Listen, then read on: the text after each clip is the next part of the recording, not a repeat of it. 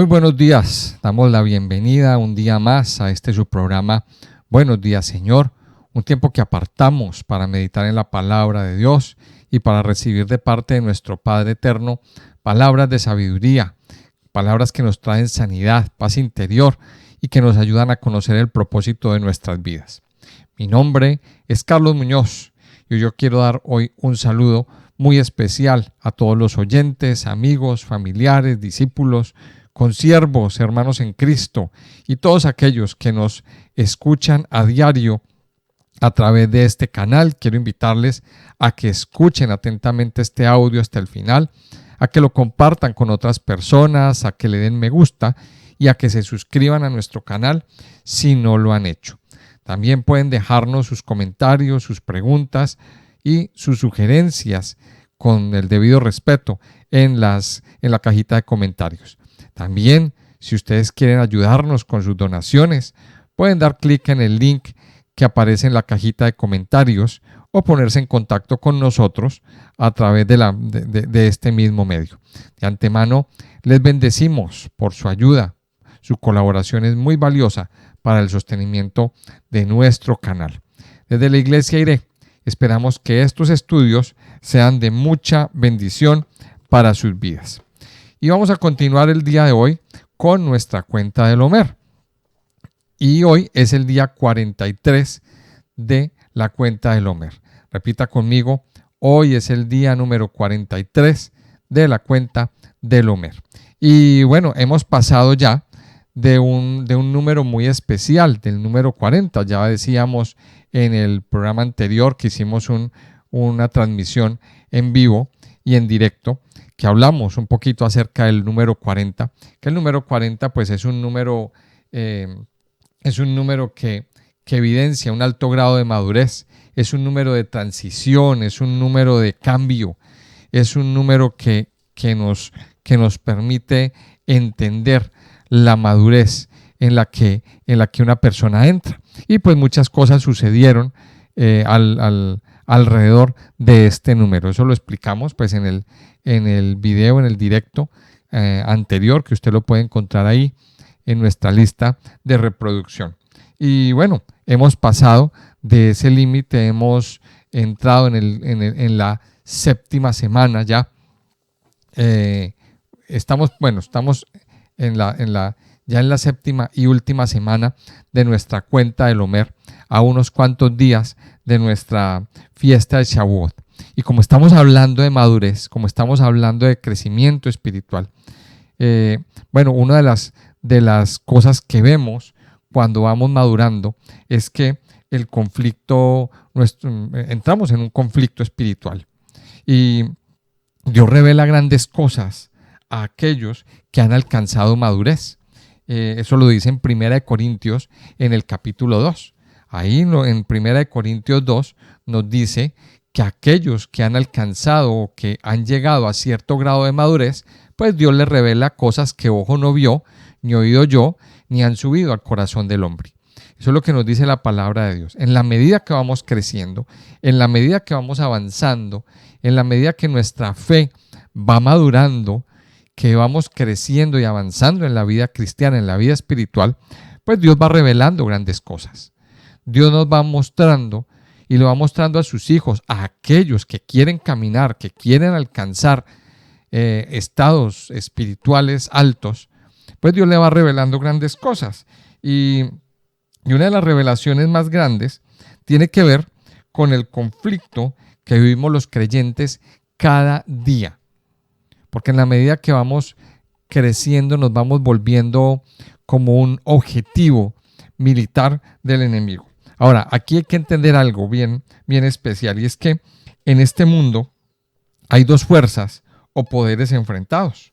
Está el reino de Dios y está el reino de las tinieblas, y eso lo evidencia la palabra de Dios en la carta a los Colosenses, capítulo 1, versículo 14, donde nos dice, el versículo 13, nos dice, el cual nos ha librado de la potestad de las tinieblas y trasladado al reino de su amado Hijo, en quien tenemos redención por su sangre, el perdón de pecados.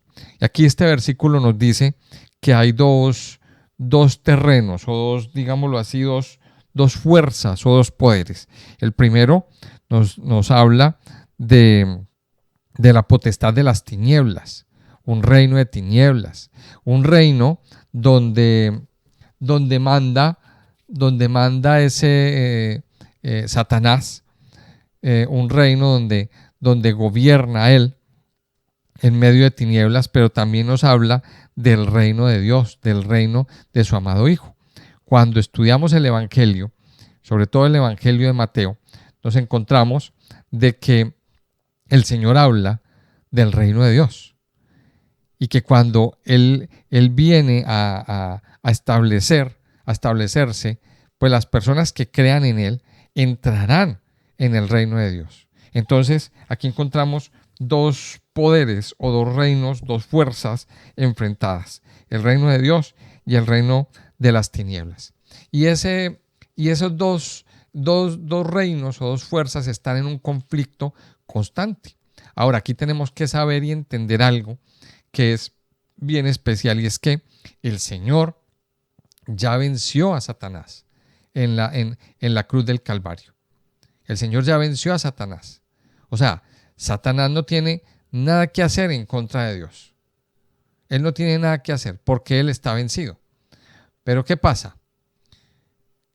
Que el objetivo de Satanás ahora es hacer daño a la creación perfecta de Dios. ¿Y quién es la creación perfecta de Dios? Nosotros. ¿Cuál es el objetivo de Satanás? El objetivo de Satanás es que hayan almas que no crean en Dios. Porque, a ver, el reino de Dios se compone de almas, de personas que creemos en el Señor, que hacemos parte de ese reino. No puede haber un reino, no puede haber una nación sin ciudadanos. Pues imagínense ustedes eso. ¿Cómo puede haber un presidente o un rey o un alcalde que gobierne un pueblo absolutamente vacío? Eso no puede ser, porque pues es imposible gobernarse a sí mismo. Eso es un ilógico. Entonces, si ese gobernante quiere gobernar, pues obviamente tendrá un pueblo que gobernar. Pero entonces, ¿qué es lo que sucede aquí, en este conflicto? Que los que hacemos parte del reino de Dios somos el blanco de Satanás. Entonces la lucha del enemigo, la lucha de Satanás, es para que los ciudadanos del reino de Dios deserten o se mueran o abandonen o simplemente no lleguen a ser parte de ese reino de Dios. O sea que el objetivo de Satanás somos nosotros. O sea, realmente el conflicto no es contra Dios, sino contra nosotros mismos. Entonces aquí viene incluso cuando nosotros hemos sido trasladados al reino de Dios, cuando ya pertenecemos al reino de Dios, pues Satanás se vale de muchas estrategias para, para hacer al cristiano dudar, para hacerlo caer, para hacerlo flaquear, para hacerlo tropezar, para hacerlo dudar, mejor dicho, para retirarlo y para que ese cristiano pues simplemente abandone su lucha y caiga. Eso es lo que él hace. Ese es el objetivo. Ahora, siendo conscientes de esa lucha espiritual, el Señor nos indica que debemos prepararnos adecuadamente para vencer en esta batalla que libramos. El Señor nos indica que tenemos un conflicto que luchamos día tras día. Ahora, vamos a entender aquí algo.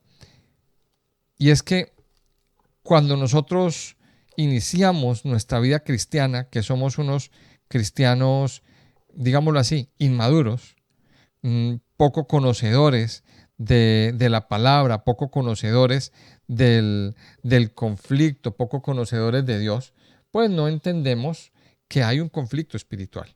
Pero en la medida que nuestra mente, que nuestro corazón, que nuestro espíritu se va desarrollando, vamos entendiendo que somos parte de ese conflicto. Y aquí hay una cosa que también quiero aclarar. En esta lucha de reinos, en esta lucha de poderes, es que hay dos poderes en este mundo. Y el que no está en uno está en el otro. El que no hace parte de un bando, pues automáticamente está siendo parte del otro bando. Así de simple, así de sencillo. El que no está en el reino de Dios hace parte del reino de las tinieblas. Es una verdad que la tenemos que entender y la tenemos que comprender. Ahora, la carta a los Efesios, en el capítulo 6, nos habla de una armadura. En Efesios, en el capítulo 6, a partir del versículo 10, aquí el apóstol Pablo, conocedor de esos secretos de Dios, acuérdese que en 2 Corintios 12, también el apóstol Pablo nos relata, nos cuenta de una experiencia que él vivió, que Dios lo llevó al tercer cielo y allí le mostró secretos y cosas muy grandes, muy profundas. Bueno, aquí el apóstol Pablo nos muestra uno de esos secretos que hay escondidos en la palabra de Dios y que usted y yo como cristianos maduros vamos a entenderlo, vamos a vivirlo y vamos a hacerlo parte de nosotros. El Señor le revela a Pablo que nosotros tenemos que vestirnos de una armadura. Miremos lo que nos dice Efesios capítulo 6, versículos del 10 en adelante. Dice: por lo demás, hermanos, fortaleceos en el Señor y en el poder de su fuerza. Vestíos de toda la armadura de Dios, para que podáis estar firmes contra las acechanzas del diablo, porque no tenemos lucha contra sangre y carne, sino contra principados, contra potestades, contra los gobernadores de las tinieblas de este siglo, contra huestes espirituales de maldad en las regiones celestes. Por tanto, tomad toda la armadura de Dios, para que podáis resistir en el día malo, y habiendo acabado todo, estar firmes. Estad pues firmes, ceñidos vuestros lomos con la verdad, y ceñidos con la coraza de justicia, y calzados los pies con el apresto del evangelio de la paz. Sobre todo, tomad el yelmo de la fe, para que podáis apagar todos los dardos de fuego del maligno. Y tomad el yelmo de la... vuelvo a leer el versículo 16. Sobre todo, tomad el escudo de la fe, con que podáis apagar todos los dardos de fuego del maligno. Y tomad el yelmo de la salvación y la espada del Espíritu, que es la palabra de Dios. Orando en todo tiempo, con toda oración y súplica en el Espíritu, y velando en ello con toda perseverancia y súplica por todos los santos, y por mí, a fin de que al abrir mi boca me sea dada palabra para dar a conocer con denuedo el misterio del Evangelio, por lo cual soy embajador en cadenas, que con denuedo hable de él como debo hablar. Y aquí el apóstol entonces nos cuenta y nos habla de una armadura, de algo bien especial que usted y yo debemos cada día vestir, cada día ceñirnos. Ahora, ¿qué es la armadura de Dios? Vamos a mirar entonces que la armadura de Dios hace referencia a una metáfora usada por el apóstol Pablo. Seguramente el apóstol Pablo estaba pensando en aquellos guerreros romanos que él veía a diario pasar. Recordemos que el apóstol Pablo vivió en su época, durante el Imperio Romano, la época de apogeo del Imperio Romano en ese sector del Cercano Oriente. Y seguramente él estaba pensando cuando veía a los soldados, pues en esa armadura, seguramente era la imagen que él tenía. Entonces, la armadura de Dios es una metáfora usada por el apóstol Pablo para llamar a los creyentes a que estén preparados contra los ataques del diablo y que se revistan de los recursos dejados por Dios. Y entonces aquí nos encontramos de algo bien especial. ¿Qué es una armadura? Primero vamos a entender esto. ¿Qué es una armadura? Una armadura es un traje especial utilizado para proteger las partes vitales del cuerpo de un soldado durante un combate. Ahora, esa armadura pues era de metales, era hecha de metal, era hecha de materiales resistentes a golpes, a armas cortopunzantes, que eran las que se usaban en esa época. Es un traje especial utilizado por los soldados durante un combate. ¿Para qué? Para protegerse, para proteger sus partes vitales, para proteger su cuerpo, para proteger sus brazos, para proteger su cabeza, para proteger esas partes vitales del cuerpo, su corazón, esta parte del tronco. Era un traje especial. Ahora, el Señor aquí está haciendo una metáfora y nos está diciendo que nosotros somos soldados y que tenemos que estar preparados para ese combate, para que el enemigo no venga y nos machaque y nos acabe y nos tire por el suelo y nos mate. Entonces dice aquí en el versículo 10, por lo demás, hermanos míos, fortaleceos en el Señor y en el poder de su fuerza. ¿De dónde viene nuestra fortaleza? Del Señor. ¿De dónde viene la fuerza que nosotros tenemos o que vamos a tener para luchar? Del Señor. Y eso nos deja aquí este versículo 10, nos deja dicho que nosotros no peleamos con nuestras fuerzas. Es inútil pelear con nuestras fuerzas. A lo mejor muchos están recibiendo ataques. A lo mejor usted que me está escuchando está recibiendo ataques de diversa manera, de diversas formas, porque el enemigo ataca de muchas formas. El enemigo ataca por muchos flancos. El enemigo ataca a través de problemas. El enemigo ataca a través de enfermedades, a través de las finanzas. O ataca a nuestros hijos, ataca a nuestra casa. Entra como una especie de plaga que va acabando con todo. Y usted y yo tenemos que estar preparados y firmes. Pero ojo, nuestra lucha no es con nuestras fuerzas. Por ahí dice la palabra también que no es con ejército ni con fuerza, sino con mi espíritu, dice el Señor. O sea que lo primero que tenemos que entender es fortalecernos en el Señor y en el poder de la fuerza. Luego nos dice, en el poder de su fuerza. Dice, vestidos de toda la armadura de Dios, para que podáis estar firmes contra las acechanzas ¿de quién? Del diablo. Y aquí nos dice, póngase, vístase de toda la armadura. Ahora, es muy curioso porque el apóstol Pablo en varias ocasiones nos habla del vestido. Nos habla varias veces, nos ha hablado del vestido del cristiano. Y por ahí también en Efesios, un poquito antes, nos está diciendo vestidos del nuevo hombre. Quítense el traje viejo, el traje sucio, creo que está en Efesios 4, y vístanse del nuevo hombre creado según Dios. Pero ahora nos está diciendo que encima de ese vestido de nuevo hombre, de ese vestido nuevo, ahora nosotros tenemos que ponernos un vestido especial, un vestido a prueba de ataques del enemigo. Y ese es el vestido que yo quiero invitarle a usted, amado oyente, a que aprenda a tenerlo a diario en su vida. Porque el enemigo ataca, y ataca con fuerza, y ataca duramente.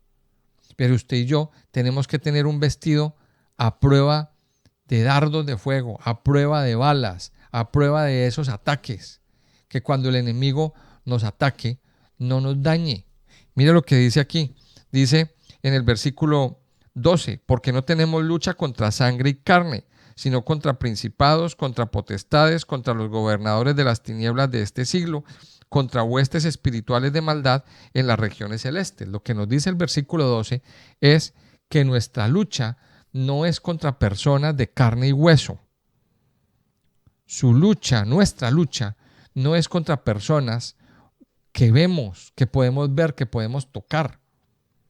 Ah, bueno, pero entonces usted me dirá, pero es que si hay personas que nos hacen daño, si hay personas que hablan mal, si hay personas que nos atacan, si hay personas que nos han insultado, que se han metido con nosotros, claro, las hemos visto, las hemos vivido, todos hemos tenido a nuestro alrededor, pero esas personas se convierten en instrumentos del diablo, es decir, esa persona no es la que nos está atacando. Aquella persona que ha inventado chismes, que ha inventado cuentos, que ha hablado mal de ti, no es la que te está atacando. Hay alguien detrás que está manipulando, que está influyendo esa persona. Y entonces el apóstol Pablo nos dice aquí que no es que nuestra lucha no es contra personas de carne y hueso. Nuestra lucha no es contra sangre y carne, sino contra cuatro tipos de, aquí nos menciona cuatro entidades y nos dice contra principados, contra potestades, contra gobernadores de las tinieblas de este siglo y contra huestes espirituales de maldad en las regiones celestes. Aquí este versículo 12 nos está dando a entender que hay toda una estructura en el reino de las tinieblas. Ese versículo nos habla de la estructura que tiene el reino de las tinieblas. ¿Cómo está organizado ese reino invisible, ese reino que usted y yo no vemos con nuestros ojos? Pero está organizado así, en una jerarquía espiritual. En una jerarquía espiritual, entonces es como una especie de pirámide. Imaginémonoslo así, una pirámide. Desde que la base de la pirámide son como los simples peones, pero encima hay unos jefes que mandan a esos peones y encima de esos jefes hay otros jefes que mandan a esos jefes y así sucesivamente. Eso es una especie de pirámide a nivel espiritual. Eso es lo que nos está describiendo el apóstol Pablo. Y hay una estructura espiritual que gobierna los diversos sectores de la tierra, diversos ámbitos, en diversas áreas en la tierra, en sectores de las ciudades, en las familias. Bueno, quiere hacer daño a través de esa estructura. Y entonces dice el versículo 13, por tanto, tomad toda la armadura de Dios para que podáis resistir en el día malo y habiendo acabado todo, estar firmes. Ahora, ¿cuál es el objetivo de tener esa armadura? Mire, aquí lo dice claramente, resistir en el día malo. ¿Cuándo es el día malo? No lo sabemos. No lo sabemos. No sabemos cuándo es ese día malo. Pero entonces, ¿aquí qué nos está diciendo? El día malo puede ser para usted hoy, para usted mañana o pasado mañana. No lo sabemos. Y como no lo sabemos, ¿cuándo va a llegar ese día malo? Entonces tenemos que tener la armadura puesta siempre. Siempre, todos los días. Entonces dice aquí el objetivo. Tomad toda la armadura para que podáis resistir en el día malo y habiendo acabado todo, estar firmes. Ahora nos dice aquí, resistir en el día malo para que su vida no se apague, para que usted no muera. Aquí nos habla de resistir. Y luego nos dice, habiendo acabado todo, estar firmes. Y luego conecta el versículo 14 diciendo, estad pues firmes, firmes, ceñidos vuestros lomos con la verdad y vestidos con la coraza de justicia. Entonces, esto ya lo hemos leído. Entonces, ¿de qué consta la armadura? Bueno, primero el Señor nos exhorta a estar firmes, a que habiendo acabado la lucha, estemos en una firmeza espiritual. Pero luego nos habla de las partes de la armadura. Vamos a enumerarlas. La armadura consta de 6 partes. El cinturón de la verdad, la coraza de justicia, el calzado del evangelio, el escudo de la fe, el casco de la salvación y la espada del espíritu, que es la palabra de Dios. 6 cosas. De esas 6 cosas tenemos que vestirnos día tras día. Y vamos a hablar un poquito acerca de lo que es el cinturón de la verdad. Habiendo hecho esta introducción, pues hablemos un poquito de esta parte importante de lo que es el cinturón de la verdad. El Señor nos dice, ahí en ese versículo 14, estad pues firmes. Mire, esa palabra es importante. Estad firmes, ceñidos vuestros lomos con la verdad. Ceñidos con la verdad. Ahora, aquí tenemos que ir a investigar un significado. ¿Qué es la verdad? Vamos a mirar qué es la verdad. Bueno, la verdad, según el diccionario, es la coincidencia entre una afirmación y los hechos. La palabra verdad proviene del latín veritas y significa lo que es cierto e indubitable. Es una preocupación humana por alcanzarla en todos los tiempos. ¿La verdad qué es? La verdad es afirmar algo de lo que se tiene convicción, aun cuando pueda estarse equivocado. O sea, la coincidencia entre una afirmación y los hechos. Ahora, lo contrario de la verdad sería la mentira, que es una distorsión intencional de la realidad. O sea, si vamos a hablarlo aquí, claro. Cuando hay una coincidencia entre la afirmación y los hechos, entonces ahí es donde decimos que algo es verdad, que algo es verdadero. Eso es. Ahora, lo contrario es la mentira, que es la distorsión intencional de la verdad. La distorsión intencional de la verdad. En Deuteronomio 32:4, aquí nos encontramos una afirmación que hace Moisés al final de su vida, al final de sus años. Dice Deuteronomio 32:4, dice, Él es la roca cuya obra es perfecta, porque todos sus caminos son rectitud. Dios de verdad y sin ninguna iniquidad en él. Es justo y recto. La corrupción no es suya. De sus hijos es la mancha. Generación torcida y perversa. Mire en este cántico de Moisés, aquí nos dice una palabra. Dios es verdad. Él es la verdad. Él es la rectitud. En Él no hay iniquidad. Él es la rectitud. Él es la verdad. Aquí nos está diciendo en este pasaje de Efesios.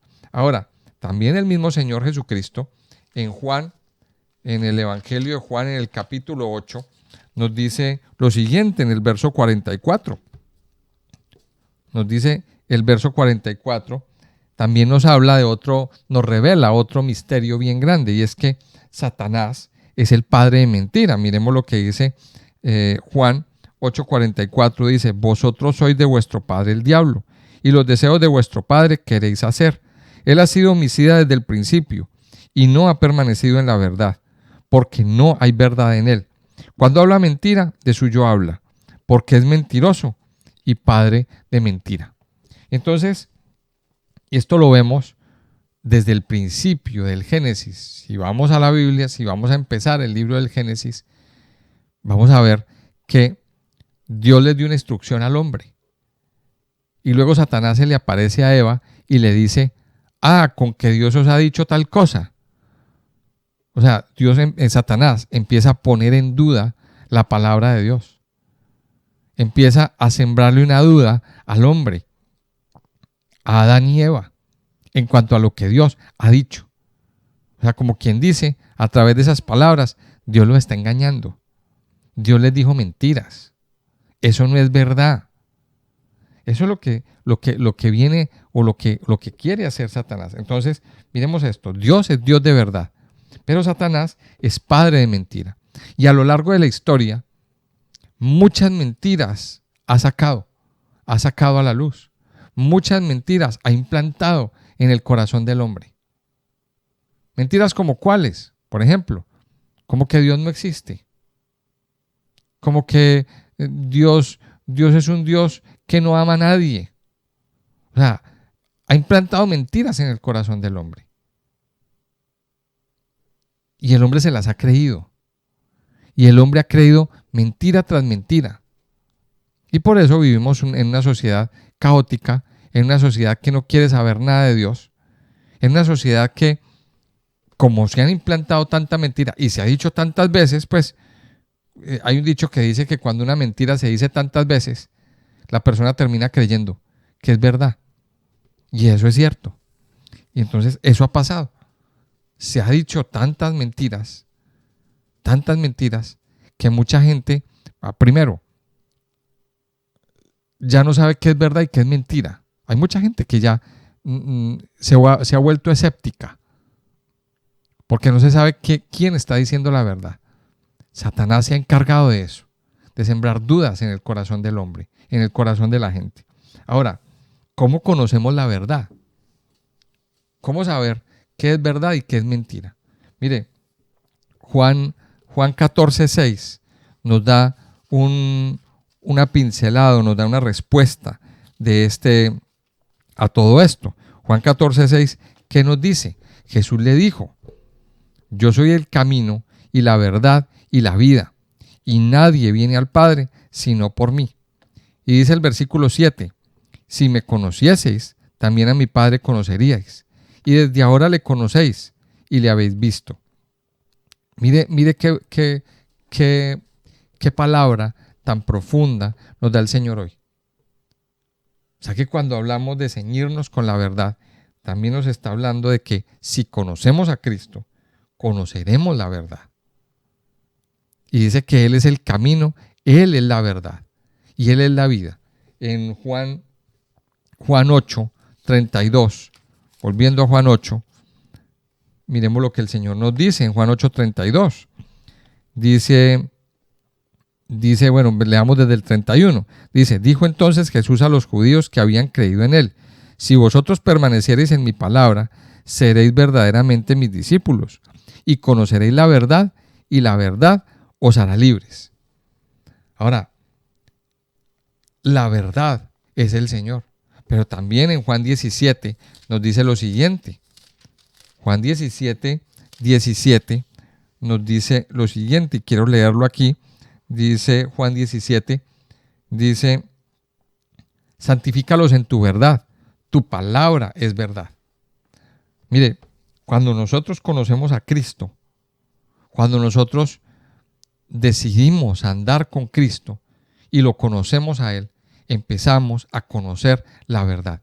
Él es la verdad. Y cuando conocemos la verdad, se empieza a disipar toda mentira de nuestra vida. Mira, a nuestro alrededor hay muchas mentiras. Hay muchas mentiras. Muchas mentiras se predican, muchas mentiras se nos dicen, muchas mentiras se nos están diciendo todos los días, todos los días. Cuando usted escucha las noticias, mire, últimamente tengo una sensación y yo no sé si usted la tendrá. Y si usted la tendrá, bueno, yo le comparto la mía. Cada que yo veo las noticias, cada que yo veo un noticiero, yo pongo en duda lo que me están diciendo. Pongo en duda esa información. Porque es que los periodistas que aparentemente tendrían que ser neutrales, no lo son. Dan la información distorsionadamente. O dan informaciones falsas. Entonces, ¿qué es verdad y qué es mentira? ¿A quién le creemos? ¿A quién le creemos? Esa es la gran pregunta. Pero cuando nosotros conocemos a Cristo y cuando nosotros decidimos caminar con Él y conocemos su palabra, vamos conociendo la verdad. Y el Señor va abriendo nuestros ojos. Va abriendo nuestros ojos y el mentiroso va quedando al descubierto. La persona que miente va quedando al descubierto. ¿Y cómo queda una persona que miente cuando es descubierta? Pues en vergüenza. Ya nadie le cree. Nadie le cree. Mire, y aquí cada día tenemos que abrir más y más nuestros ojos. ¿Por qué? Porque el enemigo ha puesto en marcha toda una maquinaria. Toda una maquinaria. Primero, para predicar mentiras. Y segundo, en contra de los que dicen la verdad. Entonces, miremos que el enemigo quiere establecer su reino mentiroso. Pero ahí es donde está nuestra lucha. Ahí es donde está nuestra lucha. Que usted y yo, como creyentes, como hijos de Dios, nuestro deber es conocer la verdad y predicar la verdad y defender la verdad. Siempre. No dejarnos creer todas las mentiras que nos quieren meter. Y ahí es cuando tenemos que estar muy conectados con el Señor. Mire, la palabra de Dios nos dice la verdad. La palabra de Dios es la verdad. Y esto me lleva a recordar un salmo muy bonito. Y ya con este pues quiero terminar mi meditación del día de hoy. El Salmo 25. En el Salmo 25, el salmista oraba de una manera muy especial. Y oraba por permanecer en la verdad. Yo le invito a que me acompañe. Dice el Salmo 25, a ti, oh Jehová, levantaré mi alma. Dios mío, en ti confío. No sea yo avergonzado. No se alegren de mí mis enemigos. Ciertamente ninguno de cuantos esperan en ti será confundido. Serán avergonzados los que se rebelan sin causa. Muéstrame, oh Jehová, tus caminos. Enséñame tus sendas. Encamíname en tu verdad y enséñame, porque tú eres el Dios de mi salvación. En ti he esperado todo el día. Acuérdate, oh Jehová, de tus piedades y de tus misericordias, que son perpetuas. De los pecados de mi juventud y de mis rebeliones no te acuerdes. Conforme a tu misericordia, acuérdate de mí por tu bondad, oh Jehová. Y sigue diciendo una oración muy bonita, muy especial. Pero una de las cosas que me llama la atención es algo que él dice ahí en el versículo 5. Encamíname en tu verdad y enséñame. Y cuando el salmista habla de encamíname en tu verdad, es aprender a creer las verdades de Dios para mi vida. Y esto es una cosa importantísima que usted tiene que tener clara, amado hijo de Dios. Las verdades de Dios para su vida. Tiene que aprender a creerlas. ¿Y dónde están las verdades de Dios para su vida? En la palabra de Dios. Por eso aquí dice que tenemos que tener ceñidos nuestros lomos con la verdad. Ciña sus lomos con la verdad. Ciña sus lomos. Y vamos a pedirle al Señor que deshaga, que desarraigue toda mentira de nuestras vidas. Y vamos a pedirle al Señor que nos encamine siempre en su verdad. Padre Santo y Poderoso, te damos gracias en este día. Gracias por permitirnos una vez más, un día más, estar delante de tu presencia, estar delante de ti, amado Señor. Gracias porque hoy podemos disfrutar de tu gran amor, de tu gran bondad, de tu gran fidelidad, Señor amado. Hoy te pedimos, mi Señor de los cielos, que hables, que te muevas con poder en nuestras vidas, que nos ayudes a permanecer firmes ante el ataque, ante esos ataques del enemigo a nosotros, que perpetra cada día para querernos destruir, para querernos tumbar, para hacernos caer.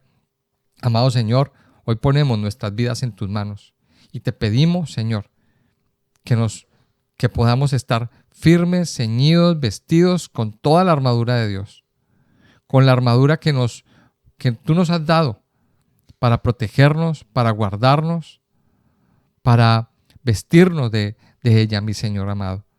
Padre, hoy nos ceñimos de esta armadura.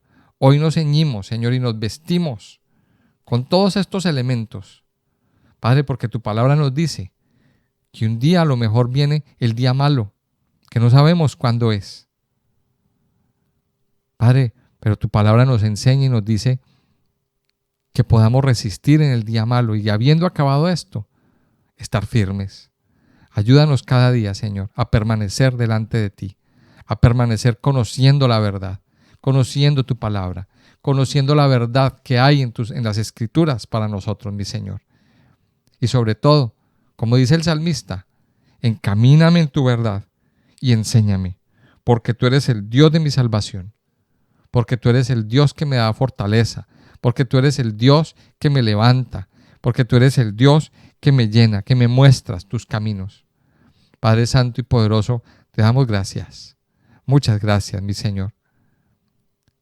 Yo te pido que deshagas o que nos ayudes a deshacer toda mentira que ha sido implantada en nuestras vidas, en nuestros corazones, a nuestro alrededor. Toda mentira que hemos creído, toda mentira que se nos ha dicho.